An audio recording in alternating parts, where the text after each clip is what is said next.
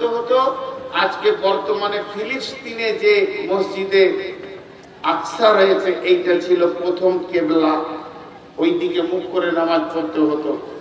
আর ওই দিকে মুখ করে নামাজ পড়তে পড়তে আসরের নামাজের সময় আবার আল্লাহ ঘুরিয়ে দিলেন, তোমরা ওই দিকটা ছেড়ে দিয়ে মক্কার কাবাকে কেবলা করে নাও। লম্বা ঘটনা আছে। 2 রাকাত নামাজের দ্বিতীয় রাকাতে আল্লাহ রসুল রুকুর হালাতে ছিল ফিলিস্তিনের দিকে, কাবা মসজিদে আকসার দিকে।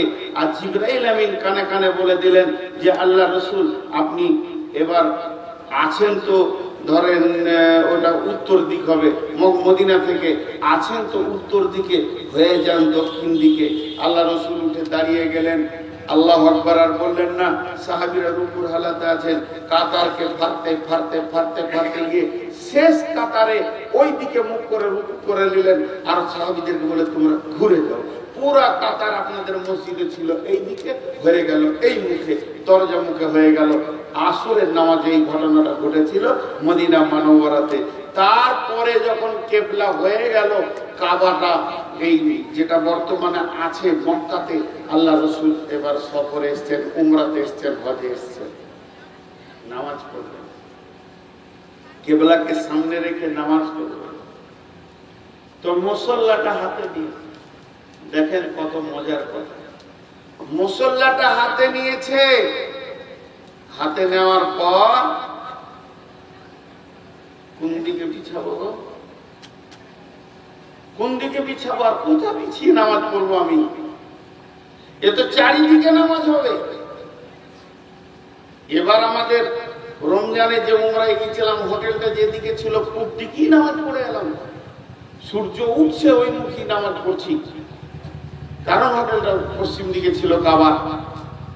তো কোন দিকে বিছাবো? এটা কাবা, কাবার পশ্চিম থেকে পূর্ব দিকে নামাজ হবে, পূর্ব থেকে পশ্চিমে হবে, উত্তর থেকে দক্ষিণে হবে, দক্ষিণ থেকে উত্তরে হবে, চারিদিকে হবে। এখন সাহাবীদের ভিতরে বিশ্ব নবী প্রশ্ন করছেন, ওগো তোমরা বলো আমি আজকে মুসল্লাটা কোন জায়গায় রেখে নামাজ শুরু করব, ইমামতি করব? সাহাবীদের যার যেমন ছিল সেটা বললেন, কিন্তু হযরত উমরকে জিজ্ঞেস করলেন, উমর রে তুমি একটু বলো আজকের দিনে আমি মুসল্লাটা কোন দিকে রাখবো? হযরত উমর বললেন, ইয়া রাসূলুল্লাহ আমার বলতে 2 মিনিট লাগবে। বলছে বলো। বলি ইয়া রাসূলুল্লাহ এটা কাবার পশ্চিম দিক, এটা কাবার পূর্ব দিক, এটা কাবার উত্তর দিক, এটা কাবার দক্ষিণ দিক, কিন্তু একটা জিনিস খেয়াল করেন, আমার আল্লাহ কাবার পূর্ব দিকটা কত ভালোবেসেছেন। কাবার পূর্ব দিকে রয়েছে হাজরে আসওয়াদ, কাবার পূর্ব দিকে রয়েছে জমজমের কূপ, কাবার পূর্ব দিকে রয়েছে সাফা মারওয়া, কাবার পূর্ব দিকে রয়েছে আল্লাহর ঘরের দরজা, আবার কাবার পূর্ব দিকেই রয়েছে আপনার দাদার বংশের পদচিহ্ন ইব্রাহিমের, আবার কাবার পূর্ব দিকেই রয়েছে জায়গাটা ইব্রাহিমের। আল্লাহ তাকে কত ভালোবাসে, এত বড় পরিধি মসজিদের ভিতরে সামান্য জায়গা ইব্রাহিমকে তুলে দিয়েছে। আর আপনি ওই বংশের সন্তান, আপনি সেই বংশের গৌরব, আপনি সেই বংশের সুসন্তান, আপনি সেই বংশের আখিরি নবী। আর হযরত ইব্রাহিম চোখের পানিতে কাবার তামির দিতে গিয়ে কেঁদে বলেছিলেন, সূরা বাকারায় আছে, আয়াত মুখস্থ নাই ভাই, সূরা বাকারায় আল্লাহ বলেছেন হযরত ইব্রাহিম 3খানা দোয়া করেছিলেন। তার মধ্যে একটা দোয়া ছিল, আমার ইসমাইলের বংশধরের প্রতীক চিহ্ন যেন পৃথিবী থেকে নিশ্চিহ্ন না হয়ে যায়, ইসমাইলকে যেন আল্লাহ কায়েম রাখো, আমার ইসমাইলের নাম যেন কিয়ামত পর্যন্ত থাকে। তাহলে না আল্লাহ তাবারক ওয়া তাআলা সেই ইসমাইলের বংশের নিসাল থেকে আখিরি নবীকে নিলেন। হযরত উমর বলছেন, ইয়া রাসূলুল্লাহ আপনি আপনার বংশের পরিচয়কে রাখার জন্য আপনার দাদার জায়গাতে মুসল্লাটা রেখে নামাজ শুরু করে দেন। হযরত উমরের কথাটা যেই বলা শেষ হলো, জিবরাইল আমিন এসে বিশ্ব নবীকে বলে দিলেন ওয়াত্তাখাযু মিন মাকামি ইব্রাহিম মুসাল্লা। হযরত উমর যেটা বলেছেন আমার আল্লাহকে ওটাই ভালো লেগে গেছে। ও নবী মুহাম্মদ, তুমি মুসাল্লাটা ওই জায়গায় রেখে নামাজ শুরু করে দাও যেখানে ইব্রাহিমের জায়গা। আজও কাবার ইমাম দাঁড়ায় কোথায়? মাকামে ইব্রাহিমে দাঁড়ায়। আজও ইমাম সেখানে নামাজ পড়ায়। রেজিস্ট্রেশন হয়ে গেছে কোরআনে। এটা লালগোলার রেজিস্ট্রি অফিসের রেজিস্ট্রি নয়, এটা আবার বর্তমানে রেজিস্ট্রি অফিসের রেজিস্ট্রি নয়, এটা স্বয়ং আল্লাহ রেজিস্ট্রি করেছেন। দুইটি জিনিসকে কোরআনে পৃথিবীর কোনো বাদশা কেটে দিতে পারবে না, পৃথিবীর কোনো নবী কেটে দিতে পারবে না। একটা হলো, এটা হলো মাকাম ইব্রাহিম, এটা ইব্রাহিমের জায়গা, ওটা পৃথিবীর কেউ অন্য নামে করে দিতে পারবে না, স্বয়ং আল্লাহ দিয়েছেন ওটা। আর দ্বিতীয় হলো তুমি মুসল্লা রাখো এখানে, এটা আমার রব বলে দিয়েছেন। আজও মুসল্লা সেখানেই রাখা হয়।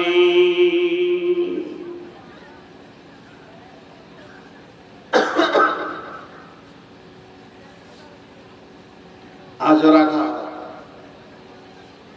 মাঝে একটা ছোট কথা বলে দিব, মনে খারাপ কিছু নিয়ে ক্ষমা চেয়ে বলছি, হাত পা গুলো ধরে উমরা যদি করেন তাই খাবার সঙ্গে দিয়ে, এইটুকুই বলে রাখলাম। বিজনেসম্যান যদি মনে করেন তো করে নিতে পারেন, বিজনেসের নিয়তে নামিনি। ইতিহাস যেগুলো বলি ওখানে ওইগুলি দেখিয়ে দিয়ে এইটা মাকামে ইব্রাহিম। তো যাই হোক, যে কথা আপনাদের সামনে বলছিলাম, তা আল্লাহ আবার ওইটার কথা কোরআনে তুলে কি বললেন? ওয়ালিল্লাহি আলান নাসি হিজ্জুল বাইতি মান ইসতাতাআ ইলাইহি সাবিলা। হে বিশ্ববাসী রে, হে বিশ্ববাসী রে, আমি তোমাদের দাওয়াত দিলাম, আমার ঘরে তোমরা এসো, আমার ঘরে তোমরা এসো। যদি তোমাদের ইস্তাতাত আমার ঘরে পৌঁছানোর ক্ষমতা হয়ে যায়, হে আমার গোলামের দল, তোমরা আমার ঘরে এসো।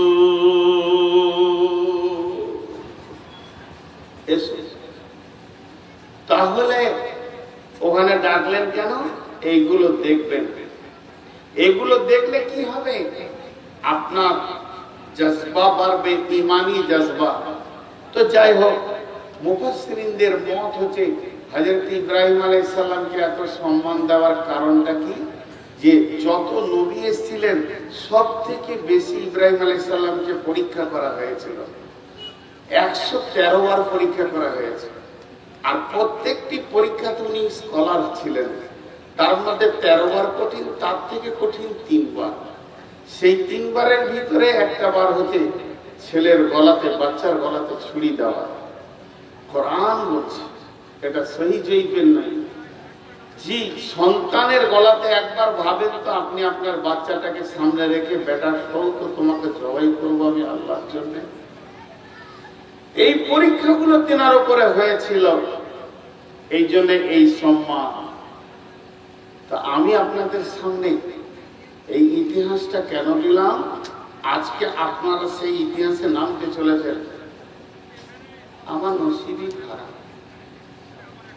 ওই চাওয়াল আপনি উঠেন, আপনি উঠেন, দাঁড়ান, দাঁড়ান, একদম বাইরে। খুব শিয়ানা আমার, ভাবছি হয়তো দেখতে পাই। আমার কাজই ওই সোজা লালগোলা স্টেশন, নাহলে বহরমপুর। তো এটা হলো একটা ছোট্ট ইতিহাস বললাম। কেন বললাম? বিভিন্ন জিনিসকে নিয়ে মতান্তর হয়েছে, বেশ কিছু জিনিস নিয়ে। মসজিদ পৃথিবীর প্রথম কোনটা? কেউ বলছে কাবাটা, কাবা তো কেবলা। ওখানে যে মসজিদটা আছে মসজিদটার নাম হারাম, মসজিদটা বল বলছে এইটা প্রথম। আর একটা দলিল এসছে পৃথিবীর প্রথম মসজিদ হচ্ছে মসজিদে নববী। কিন্তু আরো একটা দলিল আছে এই রসুলের কমপ্লিটলি ইসলাম যখন এসেছে তখনকার প্রথম মসজিদে কুবা। নানা রকম কথা। যাই হোক, মসজিদ বিশ্বনবী বানিয়ে গেছেন, আল্লাহ বলছেন বিসমিল্লাহির রহমানির রহিম ইন্নামা ইয়ামুরু মাসাজিদাল্লাহি মান আমানা বিল্লাহি ওয়াল ইয়াউমিল আখির ওয়া আকামাস সালাতা ওয়া আতাজ যাকাতা ওয়া লাম ইয়াখশা ইল্লাল্লাহ ফাআসা উলাইকা আন ইয়াকুনু মিনাল মুহতাদিন।